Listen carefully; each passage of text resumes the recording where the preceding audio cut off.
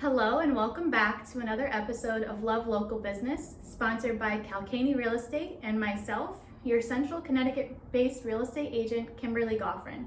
Today, our guests are Ryan and Kat from the law firm of Ryan B. Corey out of Cheshire, Connecticut. Welcome.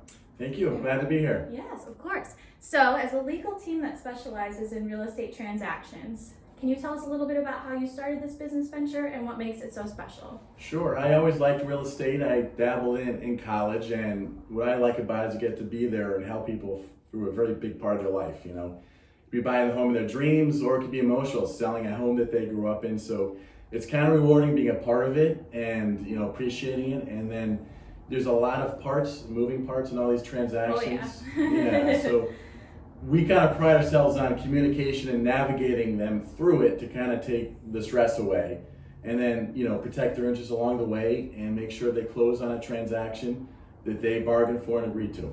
That's awesome. I'm sure that it makes a big difference with other, types of transactions that can be pretty stressful. So, Yep. So you guys offer legal advice for residential, commercial, investment, as well as, like you said, estate planning, right?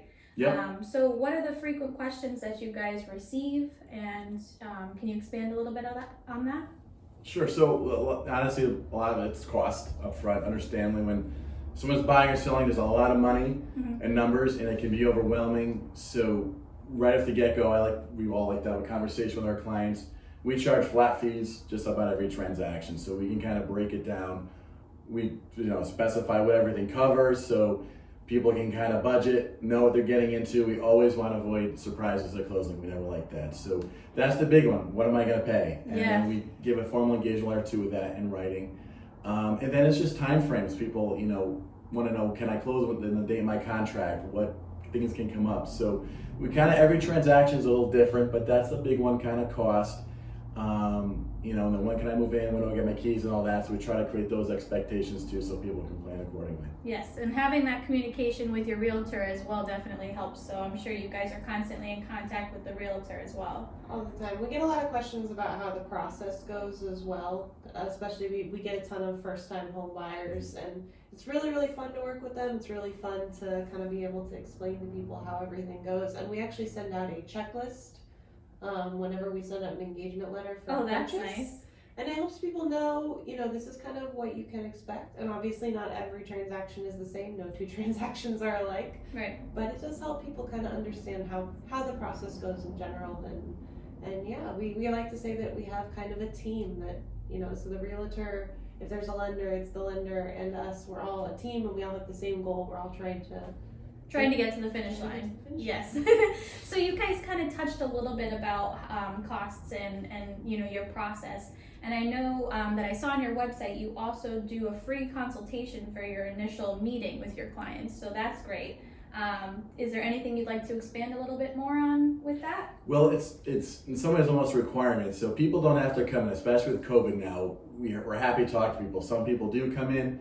A lot of it's over the phone now and email, but we really want to talk to clients because a real estate transaction doesn't have to be hard, but there's a lot of moving parts. So I really want to talk to people to kind of figure out what's their personal situation. Do they need to sell something else for this buyer? Are they in a lease that's expiring in a month that they're going to get kicked out? Do they have flexibility? And a lot of it depends on the type of transaction, like short sales take longer. So we really want to have those conversations, and then we know it in our file, and we all kind of talk in our office here how to try to set things up now for our clients, but also make sure they have a real expectation of what's going to go and happen so they can plan accordingly. And again, we always say this, we want to avoid surprises. Yes, well, I know I personally always try to set the expectation with my client too, so that they are fully understanding what they're getting into, what questions they might need to ask, and what information they need to give to me as well. So I think that that's awesome.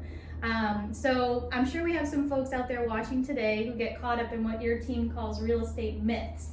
What are the most common ones you've come across, and if they have more questions, how can they get a hold of you? So one of the most common myths we get is that people don't need a real estate closing attorney. In the state of Connecticut, you do. And kind of as a corollary to that, people have this myth that one real estate attorney can represent both sides. And that can happen in the state of Connecticut, but it's strongly advised against. We have a bunch of real estate closing attorneys that we always can suggest if somebody comes up and says, hey, we need somebody to represent both sides. We can say that's not great, because we love it when closing attorneys can really kind of be on your side, and it's almost impossible to do that when somebody's on both sides. So Yeah. that's a big myth. Another myth is that real estate closing attorneys are very expensive and just complicate the process. We actually have, as Ryan was saying, flat fees, and they tend to be, in the grand scheme of closing costs, particularly if people are getting a mortgage, our fees are definitely not as high as they tend to believe. A lot of our fees are kind of below $1,000 or so, or kind of around there. So it's not as crazy as people might think it is. Because some people call in and think that it's $5,000 to $10,000 for a closing attorney, and that's not always the case.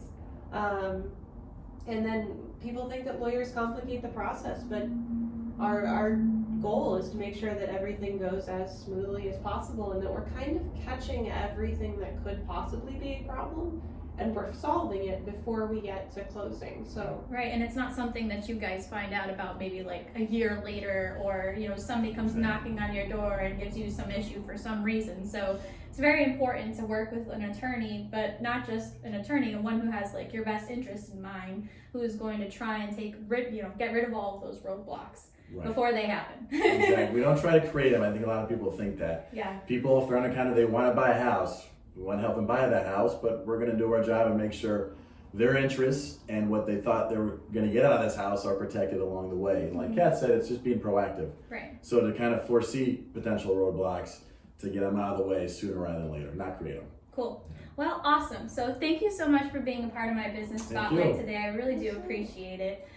For more information about the law offices of Ryan B. Corey, you can visit their website at coreylaw.offices.com, or just give the office a call at 203-699-9422.